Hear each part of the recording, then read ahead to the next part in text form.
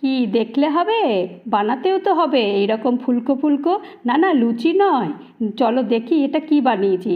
প্রথমে একটা বোল নিয়ে ময়দা, সুজি, চিনি আর একটুখানি মৌরি হাতে একটুখানি গুঁড়ো করে নিয়েছি, আর দুধ আর জল দিয়ে ভালো করে একটা ব্যাটার তৈরি করে নিয়েছি।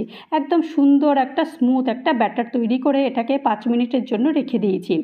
এই 5 মিনিটের মধ্যে একটা রস তৈরি করব। রসের এখানে গ্যাসে কড়াই বসিয়ে দিয়ে 2 কাপ মতো আমি চিনি দিয়েছি, আর 1.5 কাপ মতো জল দিয়েছি, দিয়ে এটা রসটা তৈরি করে নেব।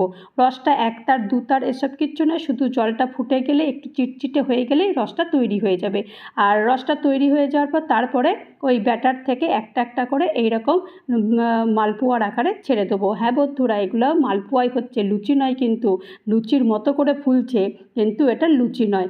একটা ভেজে তারপরে এই রসের মধ্যে ডুবিয়ে দিয়ে একটু এপিট ওপিট করে নিই, ব্যাস তৈরি হয়ে গেল মালপোয়া। ভালো লাগলে অবশ্যই লাইক দিও।